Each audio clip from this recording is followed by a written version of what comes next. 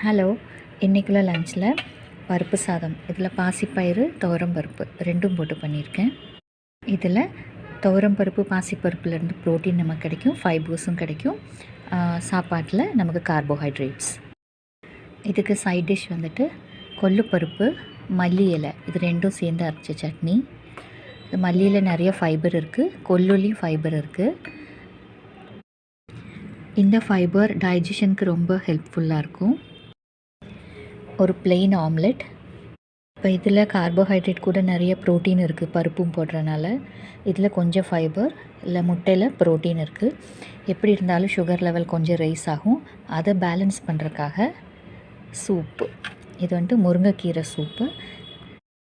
இதில் கொஞ்சமாக முருங்கைக்கீரை, ஒரு 2 பல் பூண்டு, கொஞ்சோண்டு இஞ்சி, ஒரு 2 பெப்பர், ஒரு பிஞ்ச் சீரகம் இதெல்லாம் அம்மியில் தட்டிட்டு இதை அப்படியே போட்டு வேக வச்சுருக்கேன்.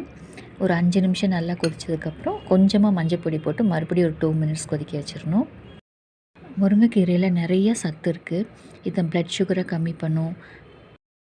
இந்த முருங்கைக்கீரையில் நிறைய விட்டமின்ஸ், மினரல்ஸ், ஆன்டி ஆக்சிடென்ட்ஸ் இதெல்லாம் இருக்கிறனால இம்யூனிட்டியை பூஸ்ட் பண்ணும், ப்ளட் சுகர் லெவலை கண்ட்ரோல் பண்ணும்.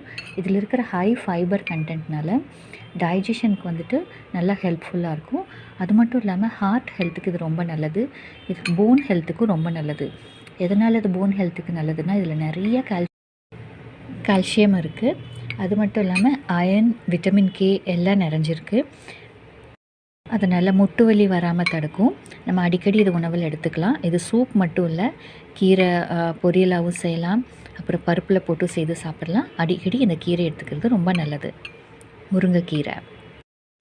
இந்த சேனலில் ஃபுட்டோட டிஸ்பிளே மட்டும் இல்லாமல் சின்ன சின்ன டிப்ஸ் கூட தரேன், ஹெல்த் பெனிஃபிட்ஸ் டிப்ஸ். உங்களுக்கு பிடிச்சிருந்தா சப்ஸ்கிரைப் பண்ணிவிட்டு பாருங்கள். அப்போ நான் போடுற வீடியோஸ் உங்களுக்கு நோட்டிஃபை ஆகும். தேங்க்யூ. தேங்க்ஸ் ஃபார் வாட்சிங்.